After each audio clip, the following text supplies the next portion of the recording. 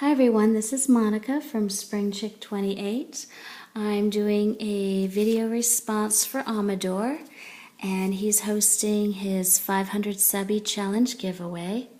And as of today, he is already at 886 subbies, so his fan base is growing quickly, and he has amazing talent. His attention to detail is impeccable, and he's just very talented. So I definitely recommend you checking out his channel, and to make it easier, I will put a link below so you can watch his videos and hopefully subscribe, because he definitely deserves all those subbies that he's getting.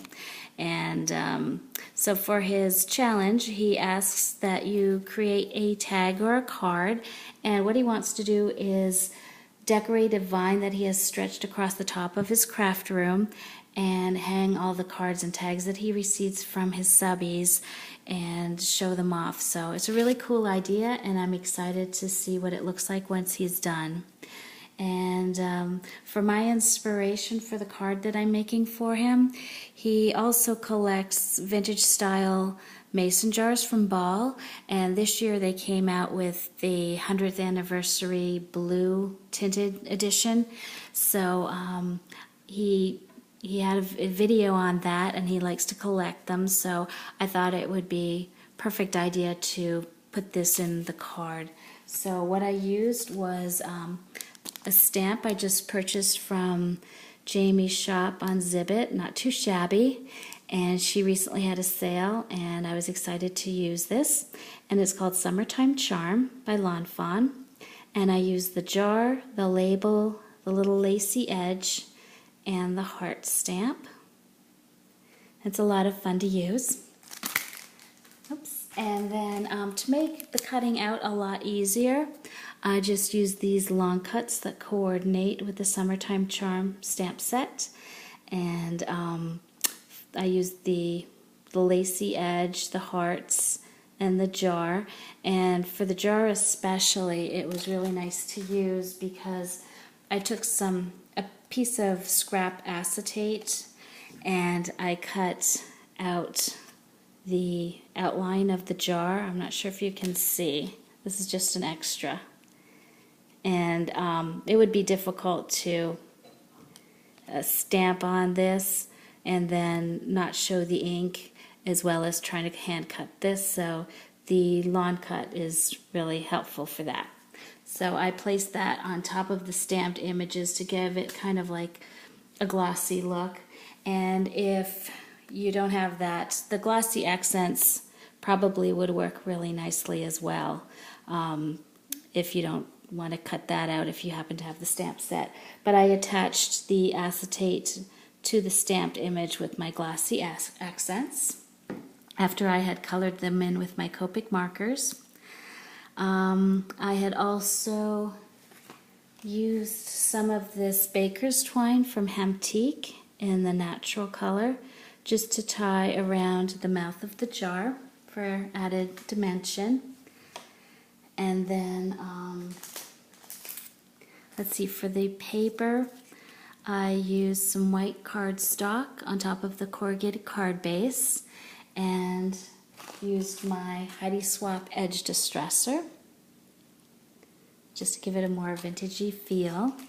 And then I used a tiny bit of the tumbled glass ink on the edge, and it was a little bit too bright, so to tone it down I used a little bit of the antique linen, and I think maybe some frayed burlap as well.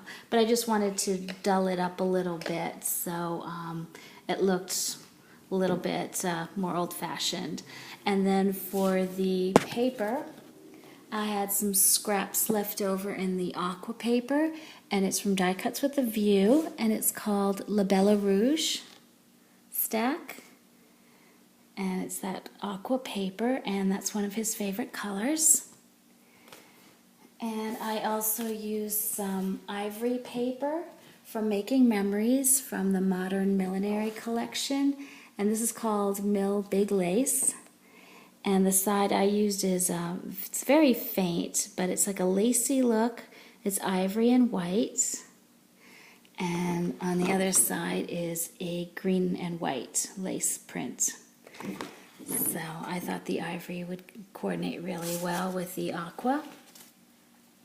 I also used a lace on a roll from Recollections in a white lace trim.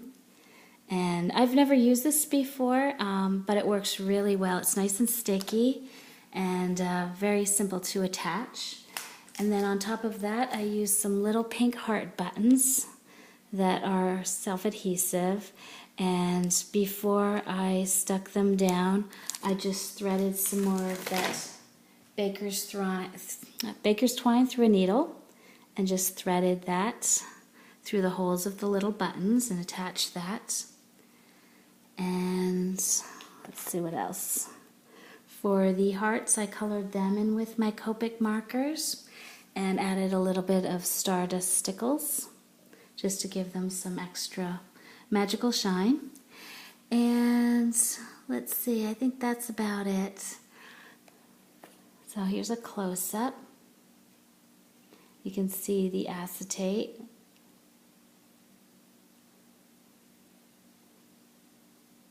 And the hearts are underneath the acetate. And then I have some hearts falling out of the mouth of the jar as well, surrounding the jar. So it was a lot of fun to use that stamp set. And on the inside, I used some more of that aqua paper and distressed around the edges with my Tim Holtz ink. I used some more of that lace on a roll.